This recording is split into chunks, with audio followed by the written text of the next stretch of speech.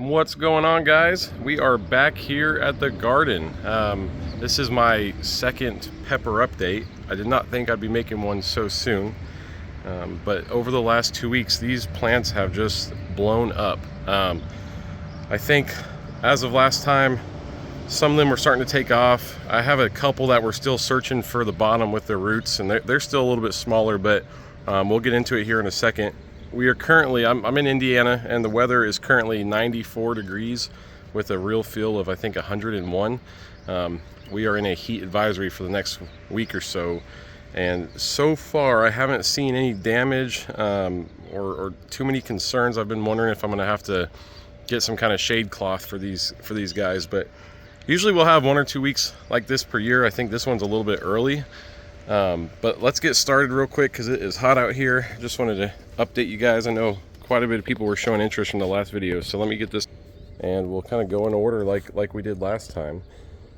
This guy is, I think, going to be a monster plant. I have it in one of the 10-gallon grow bags. This is a this is a white hot lime, but the leaves on this thing are absolutely huge.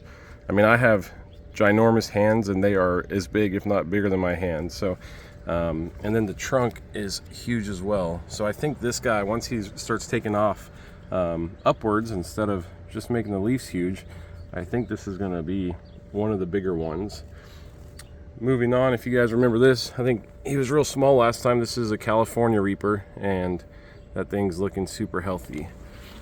I did a little bit of a watering earlier. They were showing signs of needing to get a drink, so I gave him some water earlier. I didn't really want to do it midday, but with this heat, it's kind of my first time experimenting with levels this high. There's a guy out of Arizona named G, I think I'm pronouncing that right, that I met on Facebook, and he's really been helping me kind of along the way. I've been shooting him questions over, and he has monster plants where it's consistently over 100 degrees. So appreciate you if you watch this, man. I think you've helped me a lot as far as also nutrients and pH levels of my water. Everything that was off at the beginning of the year, it looks like, as you can tell, they all look healthy, every single one of them. On my last video, which was literally 2 weeks ago, about a third, if not half, of these were a very pale green color that looked pretty dang deficient, or something was going on. But we are at the point where they all seem to be striving. Since then, I've done a few different feedings. I've been feeding almost every time I water, and I actually ended up ordering 300 live ladybugs to kind of help with the pests, and occasionally I'll see 1 or 2 on them still. It's been a couple days, but this tree here specifically, which is, I believe it's shishito, had quite a bit of pest on it, so I think they're doing their job. Occasionally you'll see one pop out, and it's nice to see they're hanging out on the plants themselves. But let's get moving. I'll make this one kind of short, no crazy updates. I just wanted to show you the explosive growth that these have put out since I made my last video. This guy, this is the one I was most excited for. It's a Sugar Rush Stripey, and it's actually starting, it's kind of hard to see in there, but it's starting to actually grow some pods, which is super cool. I'm going to do my best at isolating some of these so I can have some seeds for next year. But because this plant was so much further along than every other one, I definitely want to save some seeds because I think it's got some pretty spectacular genetics. The Thunder Mountain Longhorn back there keeps dropping flowers, so I might be doing something that it's not too happy with, but that thing is also growing like crazy. We had a big storm come through, and for the most part every plant was fine aside from this guy. It actually snapped one of the stakes holding it up, but I don't think it caused any damage. It looks like it came right back with no issues. So moving on, yeah, some of these, and these ones are still pretty small. I think part of that is I transplanted a little too early this year, so it took them quite a while to find the bottom with their roots and spread out, but I think here shortly they should really start taking off.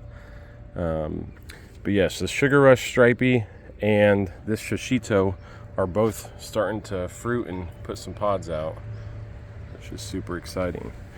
And I don't know what about this tree that made the pests drawn to it, but all the other ones seem to be just fine. That one again was it's a jalapeno brown that I actually started on a hydro setup inside, and still amazes me that it seems to be doing just fine. A lot of feedback from what I read online was saying it's basically a coin flip if they're gonna last or not, and if they do, they'll drop all of their leaves. This might have dropped 2 or 3, so I got lucky there. I did something right. Yeah, we're almost at the point we're gonna have to spread some of these guys out, but this guy's looking pretty good. Ahi Cochabamba. That'll be a fun one. Look, we got a little ladybug looking over the plant for us. Super cool. Lastly, we'll come over here near the fire pit, and these ones are also doing great. I don't know if you remember, but 2 weeks ago, they were very small, and they're just blowing up. Got a little pod growing in there, and this is a Sugar Rush peach. So did a few Sugar Rush peaches. I think one of my main hot sauces I'm going to try to experiment with this year. That may be one of the main peppers I use.